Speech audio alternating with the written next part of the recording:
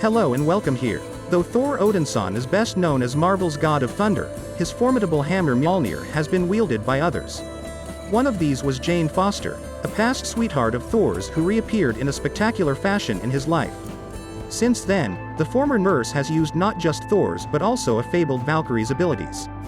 The former circumstance will be explored on the big screen shortly in Thor, Love and Thunder, which draws some ideas from a recent comic plot. Before Jane Foster returns to the big screen, take a look at her deserving comic book biography, her multiple talents, and the best way to catch up with her. Jane Foster was created by Stan Lee, his brother Larry Lieber, and illustrator Jack Kirby, and first appeared in Journey into Mystery number 84. She was a nurse who aided Donald Blake, the human host of the great deity Thor, when she was first known as Jane Nelson. She formed affections for both of them after witnessing the two brave men in action before Thor disclosed his truth. Following a series of terrible events, Jane's memory of Thor was erased, and she married a human doctor called Keith Kincaid. After the death of her then-husband Keith and their son in a vehicle accident, Jane's life would become full of sorrow. Jane would later be diagnosed with breast cancer, and despite being sent to Asgard for sophisticated treatment, she refused to allow magic to be used on her. Thor would become unable to wield his hammer at this period after hearing a secret phrase imparted to him by Nick Fury. Jane, on the other hand, would be deemed worthy by Mjolnir, allowing her to become the next Thor. Unfortunately, each transition into Thor only serves to intensify her disease, putting her life in jeopardy. This did happen later, but before reviving Jane as a mortal, a bereft Odinson restored his title and the power to wield his hammer. Jane would help the Valkyries during the event War of the Realms after recovering from chemotherapy. The Valkyries were all murdered in this plot, yet their sacrifices were not in vain.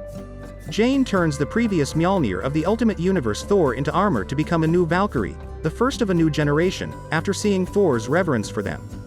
Jane Foster was a typical human lady without any unusual talents, powers, or abilities in her initial form. All of that changed when she was declared worthy of wielding Mjolnir and receiving Thor's abilities. There was one downside, though Asgardian strength, speed, stamina, and dexterity were all vastly enhanced.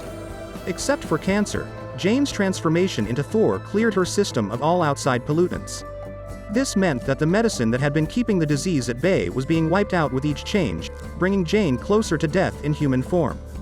Jane's Thor lacked Thor Odinson's ability over lightning and thunder, however she did, curiously enough, have a greater degree of control over Mjolnir. All of this enabled her to take on the kind of formidable adversaries that Thor normally faced. Jane maintains most of her Asgardian abilities as Valkyrie, albeit they aren't quite as potent. Other new abilities include the capacity to teleport, fly on her own power with her wings, and use eyesight and death awareness to detect when creatures are reaching the end of their existence. All of this occurred when she was imbued with the life energy of former Valkyrie Brunhilde and began wearing the ultimate Thor's hammer as armor.